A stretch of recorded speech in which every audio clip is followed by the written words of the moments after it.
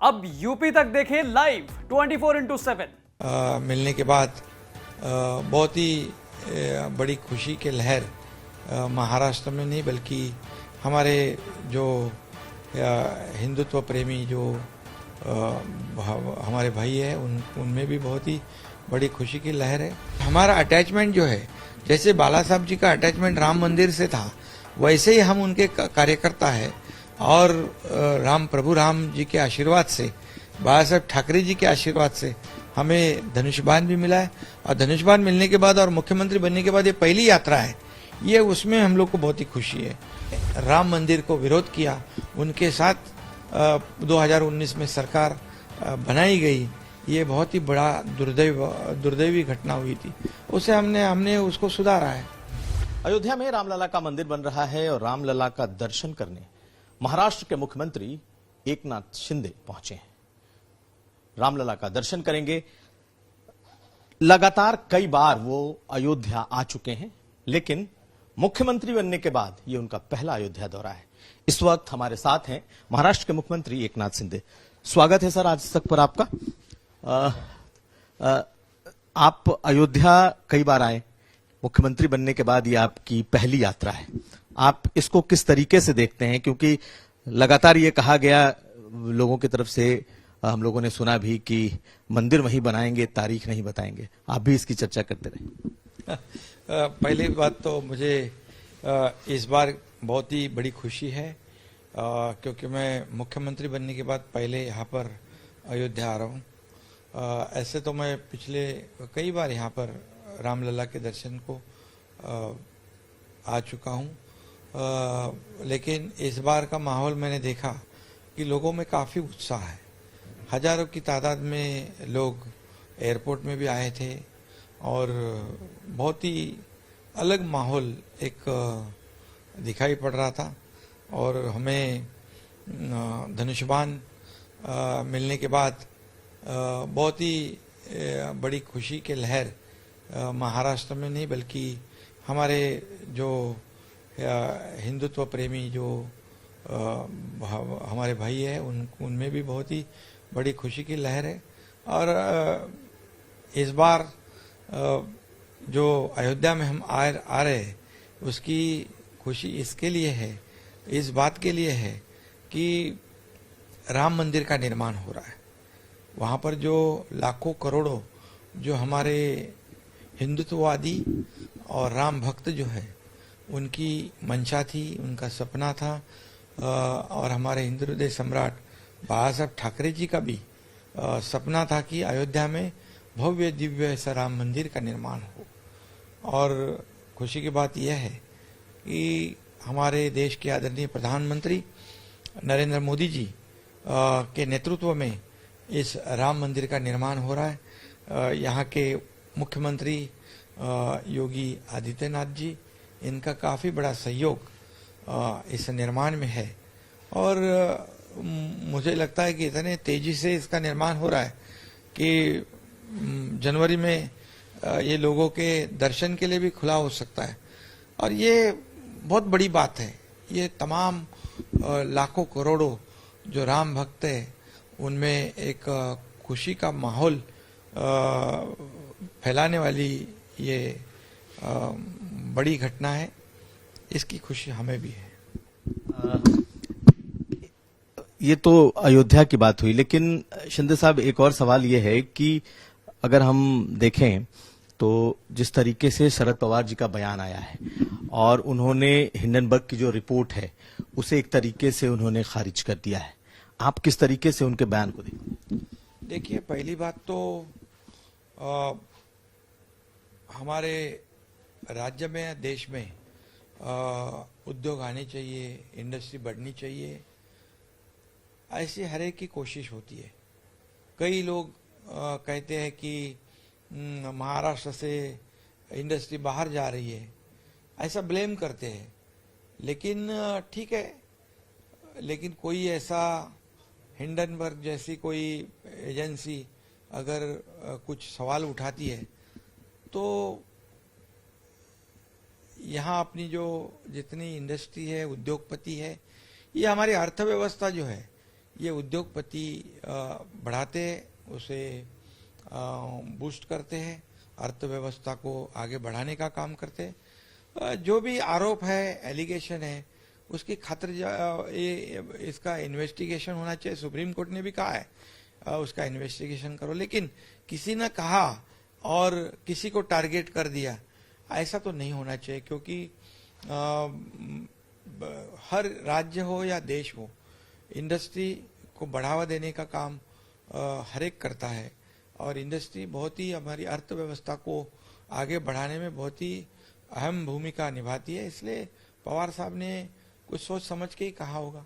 पवार साहब ने इंडस्ट्रियलिस्ट वाली बात भी कही है, और कहीं ना कहीं अडानी की तरफ भी इशारा है कि टारगेट किया जा रहा है। आपको भी लगता है क्या ऐसा?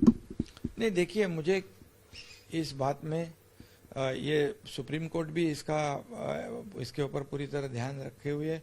जो गलत है, ठीक है, गलत है, उसकी जांच होनी चाहिए, लेकिन किसी ने आरोप किया और किसी को टारगेट करना, ये भी हमारे अर्थव्यवस्था को नुकसान पहुंचाने वाली बात जैसी बात हो सकती है।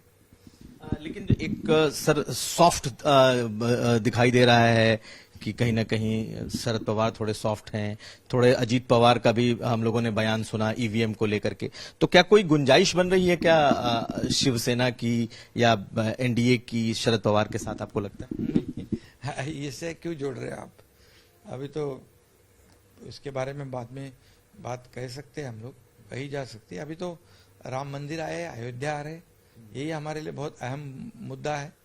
रामलला का दर्शन करना ये हमारे लिए बहुत बड़ी बात है, सौभाग्य की बात है। और हमारा अटैचमेंट जो है, जैसे बाला साहब जी का अटैचमेंट राम मंदिर से था, वैसे ही हम उनके कार्यकर्ता है। और प्रभु राम जी के आशीर्वाद से, बाला साहब ठाकरे जी के आशीर्वाद से हमें धनुष्यबाण भी मिला है, और धनुष्यबाण मिलने के बाद और मुख्यमंत्री बनने के बाद ये पहली यात्रा है, ये उसमें हम लोग को बहुत ही खुशी है। और हमेशा बाला साहब जी ठाकरे जी का और अयोध्या और रामलला का बहुत ही अलग रिश्ता है। शिवसेना का कुछ खास रिश्ता है, क्योंकि शिवसेना के मुख्यमंत्री आते रहे हैं हमेशा। शिवसेना और हिंदुत्व कभी अलग नहीं हो सकता है, और बाला साहब की भूमिका जो हिंदुत्व की भूमिका जो है, हिंदुत्व के विचार जो है, हम आगे ले जाने का काम कर रहे हैं। जैसे सरकार हमने 7-8 महीने पहले बनाई, हम हिंदुत्व के विचारधारा को आगे बढ़ा रहे हैं, बाला साहब ठाकरे जी के विचार को आगे ले जा रहे हैं। जो जनता की आवाज थी, जनता के मन में था, जनता की आवाज को हम सही मायने में आगे आदर्श रखकर हमने सरकार बनाई है। जो 2019 में हिंदुत्ववादी वाले विचार, जो शिवसेना भाजपा जो एक सेम आइडियोलॉजी की पार्टी है और सेम एक ही विचारधारा वाले दो पक्ष है, और उनके अलायंस में हम चुनाव लड़े थे।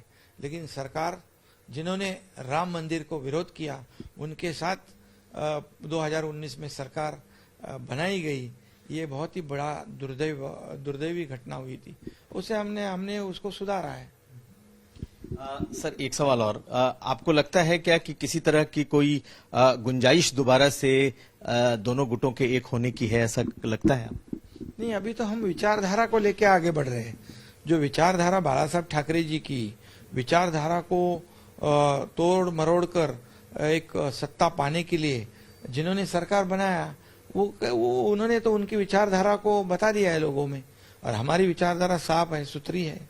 और हम बाला साहब ठाकरे जी की विचारधारा, जो हिंदुत्व की विचारधारा है, जो हम आगे बढ़ा रहे हैं, तो हम अपने रास्ते पे चल चुके हैं।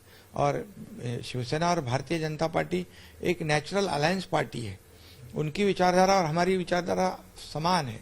और इस देश में जब 2014 में, पहले तो हिंदू कहना भी लोगों को डर लगता था, लेकिन जब इस देश में 2014 में आदरणीय मोदी जी की सरकार आ गई, हिंदुत्व वाली सरकार आ गई, तब से हिंदुत्व का मान सम्मान बढ़ने लग गया।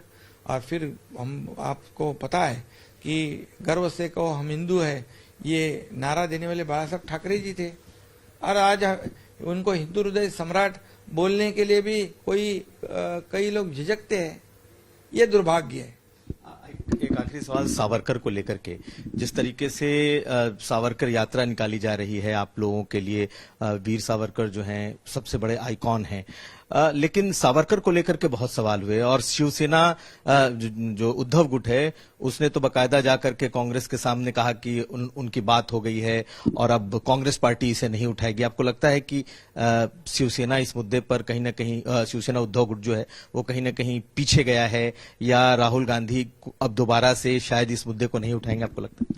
देखिए, स्वतंत्र वीर सावरकर जी का अपमान करना मतलब पूरे देशवासियों का अपमान करना, देशभक्ति राष्ट्रभक्ति का अपमान करना।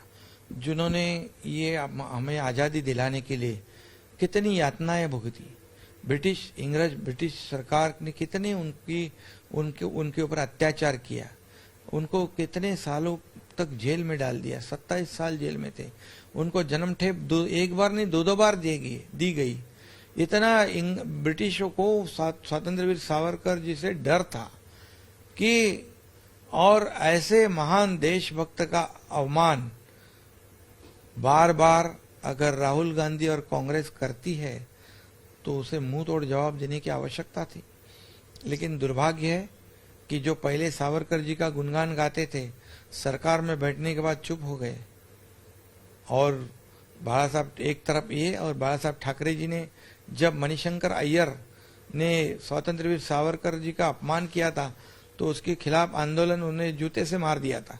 ये बाला साहब ठाकरे कहा और अब ये कहा, ये ऐसी बात है और इसलिए हमारी विचारधारा हम लोगों ने हमारी भूमिका स्पष्टता से रखी है और इसलिए स्वतंत्रवीर सावरकर का अपमान हम हमारे महाराष्ट्र में हम नहीं सहेंगे ना सहना देंगे। इस मुद्दे पे शिवसेना उद्धव गुट जो है, आपको लगता है कि वो कहीं बैकफुट पर गया है क्योंकि उसे कांग्रेस के पास जाना पड़ा, कांग्रेस को कहना पड़ा, कहीं ना कहीं शरद पवार को बीच बचाव करना पड़ा, राहुल गांधी या कांग्रेस को बताया ही जा रहा है कि उनको समझाना पड़ा? आपको लगता है? अभी बोलने में और कथनी में और करने में फर्क है। बोलने से क्या होता है, जैसे हम लोगों ने भारतीय जनता पार्टी और शिवसेना ने जैसे रोक टोक भूमिका अपनाई है, हिम्मत है तो उन्होंने अपनानी चाहिए क्योंकि अगल बगल में जो बैठे हैं वो उन्हें नहीं करने देंगे। ये सत्ता की लालच में सब इकट्ठा हुए हैं, ये क्या उनसे क्या अपेक्षा कर सकते हैं हम? आखिरी सवाल सर, क्या लगता है काडर जो आप लोगों का है वो आपके साथ है? क्योंकि शिवसेना के लोग कहते हैं कि भले ही हमारा एक बड़ा धड़ा चला गया हो लेकिन काडर हमारे साथ। देखिए, हम बाला साहब ठाकरे जी के विचार को आगे ले जा रहे हैं, इसलिए तो चुनाव आयोग ने धनुष्यबाण भी और पार्टी का नाम भी दिया है और कार्यकर्ता जानते हैं कि काम करने वाले कौन है। जब आपदा आती है, संकट आते हैं तो कौन खड़ा रहता है, ये अनुभव सबको है। कोई बोलते नहीं लेकिन दिल में उनके बहुत कुछ है। 24 में क्या होगा सर? शिवसेना भाजपा युति पूरी बहुमत से जीतेगी। बहुत शुक्रिया आज तक से बात करने के लिए। तो हमारे साथ थे एकनाथ शिंदे, मुख्यमंत्री महाराष्ट्र के, और उन्होंने तमाम मुद्दों पर खुलकर बेबाक राय रखी। कुमार अभिषेक,